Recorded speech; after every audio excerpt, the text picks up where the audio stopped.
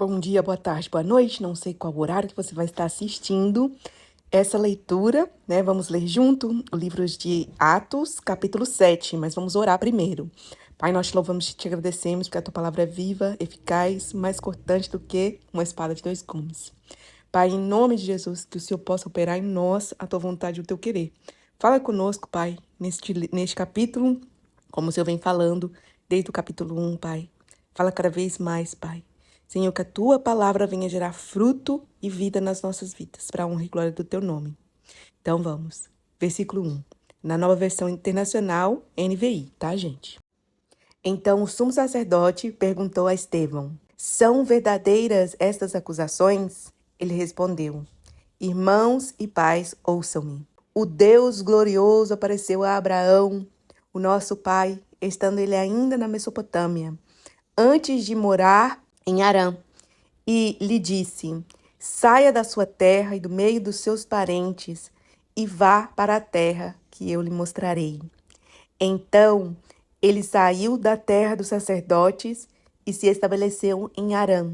Depois da morte do pai, Deus o trouxe a essa terra, onde vocês agora vivem. Deus não lhe deu nenhuma herança aqui, nem mesmo o espaço de um pé, mas lhe prometeu que ele e depois dele os seus descendentes possuiriam a terra, embora naquele tempo Abraão não tivesse filhos. Deus lhe falou desta forma: a sua descendência será estrangeira em uma terra estrangeira, onde também serão escravizados e oprimidos por 400 anos. Eu, porém, castigarei a nação a qual servirão como escravos, disse Deus. E depois de tudo sairão dali e me adorarão neste lugar. Então, deu a Abraão a aliança da circuncisão. Por isso, Abraão gerou Isaque e o circuncidou 8 dias após o nascimento. Mais tarde, Isaque gerou a Jacó e os 12 patriarcas. Os patriarcas, tendo inveja de José, venderam-no como escravo para o Egito. Deus, porém, estava com ele e o libertou de todo o seu sofrimento, dando a José favor e sabedoria diante do faraó, rei do Egito, que o constituiu governador do Egito e de todo o seu palácio. Depois houve fome em todo o Egito e em Canaã, trazendo grande sofrimento, e os nossos antepassados não encontravam alimento. Ouvindo que havia trigo no Egito, Jacó enviou os nossos antepassados na sua primeira viagem. Na segunda viagem deles, José se fez reconhecer pelos seus irmãos, e o faraó pôde conhecer a família de José. Depois disso, José mandou buscar Jacó, o seu pai, e toda a sua família, que eram 75 pessoas.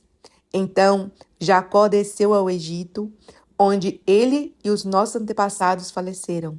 Os seus corpos foram levados de volta a Siquém e colocados no túmulo que Abraão havia comprado dos filhos de Amor, em Siquém, por certa quantia. Ao se aproximar o tempo em que Deus cumpriria a sua promessa a Abraão, aumentou muito o número do nosso povo no Egito. Então outro rei, que nada sabia sobre José, subiu ao trono do Egito. Ele agiu traiçoeiramente para com o nosso povo e oprimiu os nossos antepassados, obrigando-os a abandonar os seus recém-nascidos para que não sobrevivessem. Naquele tempo nasceu Moisés, que era bonito aos olhos de Deus. Por 3 meses, ele foi criado na casa do seu pai. Quando foi abandonado, a filha do faraó o tomou e o criou como seu próprio filho. Moisés foi instruído em toda a sabedoria dos egípcios e veio a ser poderoso em palavras e obras. Ao completar 40 anos, Moisés decidiu visitar os seus irmãos israelitas. Ao ver um deles ser maltratado por um egípcio, saiu em defesa do oprimido e o vingou, matando o egípcio. Ele pensava que os seus irmãos entenderiam que Deus o estava usando para salvá-los, mas eles não o compreenderam. No dia seguinte, Moisés dirigiu-se a 2 israelitas que estavam brigando e tentou conciliá-los, dizendo: Homens, vocês são irmãos, por que ferem um ao outro? Contudo, o homem que maltratava o outro empurrou Moisés e disse: Quem o nomeou líder e juiz sobre nós? Quer matar-me como matou o egípcio ontem? Ouvindo isso, Moisés fugiu para a terra de Midian, onde viveu como estrangeiro e teve 2 filhos. Passados 40 anos, um anjo apareceu a Moisés em meio às labaredas de uma sarça em chamas no deserto, perto do Monte Sinai. Vendo aquilo, Moisés ficou atônito. Aproximando-se para observar, ouviu a voz do Senhor. Eu sou o Deus dos seus antepassados, o Deus de Abraão, o Deus de Isaque e o Deus de Jacó. Moisés, tremendo de medo, não ousava olhar. Então o Senhor lhe disse: Tire as sandálias dos pés, pois o lugar em que você está é terra santa. De fato, tenho visto a opressão sobre o meu povo no Egito. Ouvi os seus gemidos e desci para livrá-lo. Venha agora e eu o enviarei de volta ao Egito. Este é o mesmo Moisés que tinham rejeitado com estas palavras. Quem o nomeou líder e juiz? Ele foi enviado pelo próprio Deus para ser líder e libertador deles, por meio do anjo que lhe apareceu na sarça. Ele os tirou de lá, fazendo maravilhas e sinais na terra do Egito, no Mar Vermelho e no deserto durante 40 anos. Este é aquele Moisés que disse aos israelitas: Deus levantará dentre os seus próprios irmãos um profeta como eu. Ele estava na congregação, no deserto, com o anjo que lhe falava no Monte Sinai e com os nossos antepassados.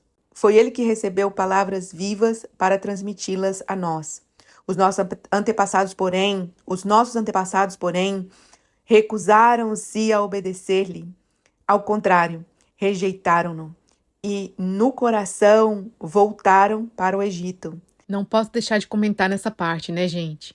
No seu coração, voltaram para o Egito. Então, era um povo que estava fora do Egito, era para estar livre, né? Então, permaneceis firme na liberdade. Cristo já te libertou. Permanecei firmes e não se deixe voltar a um jugo de escravidão. Esse povo estava livre, mas o coração deles ainda estava preso. Continuando, eles disseram a Arão: Faça para nós deuses que nos conduzam, porque a esse Moisés, o homem que nos tirou do Egito, não sabemos o que aconteceu.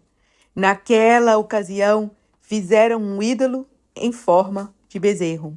Trouxeram-lhe sacrifícios e fizeram uma celebração em honra ao que suas mãos tinham feito. Deus, porém, afastou-se deles e os entregou à adoração dos astros, conforme o que foi escrito no livro dos profetas.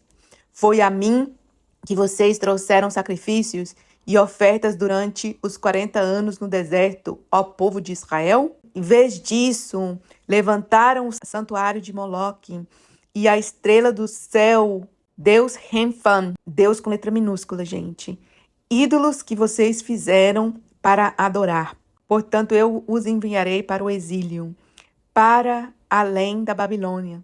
No deserto, os nossos antepassados tinham o tabernáculo da aliança, que fora feito segundo a ordem de Deus a Moisés, de acordo com o modelo que ele tinha visto. Tendo recebido o tabernáculo, os nossos antepassados o levaram sob a liderança de Josué.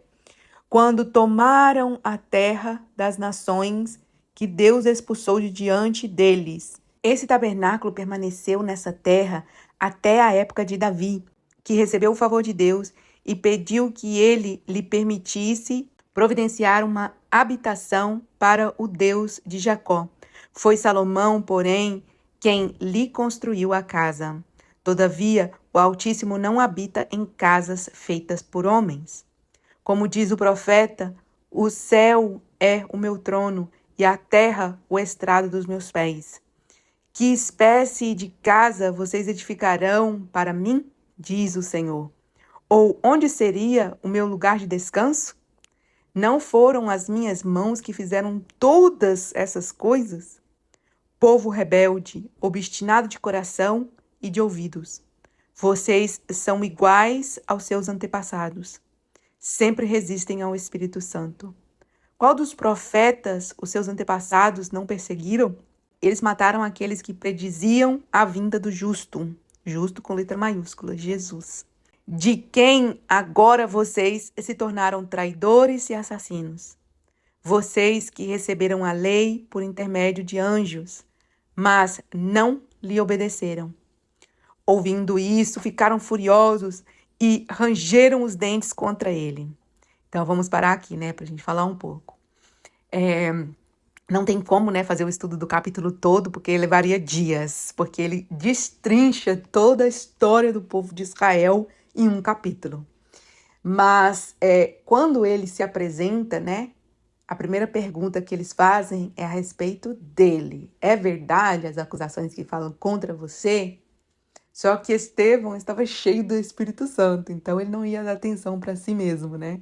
E ele deu atenção para a palavra de Deus, para pregar a Deus. Ali foi uma oportunidade de falar assim, nós conhecemos a lei, nós sabemos o que está escrito, nós estamos obedecendo tudo que está escrito. O Deus Altíssimo, sendo guiado pelo Espírito Santo, né? E ele finaliza falando para eles novamente, né? Vocês rejeitaram como rejeitaram os profetas. Por quê? Porque o coração é um coração duro e rebelde, né? E aí eles ficaram furiosos, né? Porque aí eles foram atacados, né? Se sentiram atacados. Aí Estevão continua. Estevão, porém, cheio do Espírito Santo, levantou os olhos para o céu e viu a glória de Deus e Jesus em pé à direita de Deus. Então disse, vejo os céus abertos e o Filho do Homem em pé à direita de Deus. Eles, porém, taparam os ouvidos e, dando fortes gritos, lançaram-se todos juntos contra ele. Arrastaram-no para fora da cidade e começaram a apedrejá-lo. Então, a presença de Deus muitas vezes vai incomodar, né? Porque incomoda as trevas. Lembra? Nossa luta não é contra carne e sangue, mas contra principados e potestades, contra dominadores deste mundo tenebroso, contra demônios, né? Então, aqui, o inimigo encheu o coração deles, né? Tá te atacando, você tem que fazer alguma coisa, porque a gente, quando tá no piloto automático, a gente pode reagir às situações, se sentir atacado, e mesmo que o que Deus está querendo fazer é gerar um arrependimento, né? E o povo não se arrependeram, porque eles estavam duros de coração. As testemunhas, então eles arrastaram ele para fora da cidade e começaram a apedrejá-lo. As testemunhas deixaram os mantos deles aos pés de um jovem chamado Saulo. É a primeira vez que menciona Saulo aqui. Enquanto apedrejavam Estevão, ele orava, Senhor Jesus, recebe o meu espírito. Então caiu de joelho e bradou, Senhor, não os consideres culpado deste pecado. Tendo dito isso, adormeceu. Não tem como, gente. Estando cheio do Espírito Santo, a gente vai perdoar, a gente vai pedir perdão, a gente vai fazer a obra do Senhor. Não tem como. Então, do mesmo jeito que Jesus pediu perdão, porque eles não sabiam o que faziam, Estevão seguiu Jesus aqui e fez a mesma coisa. E às vezes nós vamos receber pedradas, né? Não, às vezes não é física, né? Mas às vezes é de falácias, às vezes é de mentiras, calúnias, né? As obras da carne, que é o que o inimigo usa contra a gente. E o que a gente precisa de fazer é igual a Estevão, né? Olhar para Deus, adorar a Deus, pregar a Deus, esquecer do que os outros estão fazendo, deixando de fazer e perdoá-los. Perdoá-los. Em nome de Jesus. Então, nessa leitura, né, em um resumo de um estudo, né, eu quis focar mais no que Estevão fez, mas claro que teria todo um estudo, né, que a gente poderia ter feito. E uma coisa que eu quero falar é a respeito de Moisés, né? Então, Moisés, quando ele foi ali tentar fazer com as próprias mãos dele, né, Ele matou um egípcio, não era vontade de Deus que ele matasse um egípcio, claro, né? E ali ele foi rejeitado porque não era o tempo de Deus ainda, não tinha chegado o tempo de Deus. E Deus, ele pega tudo, né? Ele faz tudo com propósito. Então ali ele sai do Egito, ele conhece a esposa dele, ele se torna um homem melhor, né? Um homem de Deus. E ele tem um encontro com o Senhor, um encontro verdadeiro, né? Ele vê o anjo do Senhor através daquela sarça ardente. E aí ele volta cumprindo o propósito de Deus na hora certa de Deus. Então, tudo debaixo do céu tem um tempo. E Estevão também, a gente vê aqui, ele não se defendeu, né? E ele pregou a palavra de Deus e mesmo assim, fazendo a vontade de Deus, ele é apedrejado e morre. Por quê? Porque coube a Deus, assim foi melhor para Deus. Eu acredito que Estevão foi como Enoque, praticamente, né? Ele foi encontrado tão bom diante de Deus que ele foi tomado para Deus, né? Deus o tomou para si. E assim a gente tem que almejar. Então, amanhã eu volto com o capítulo 8.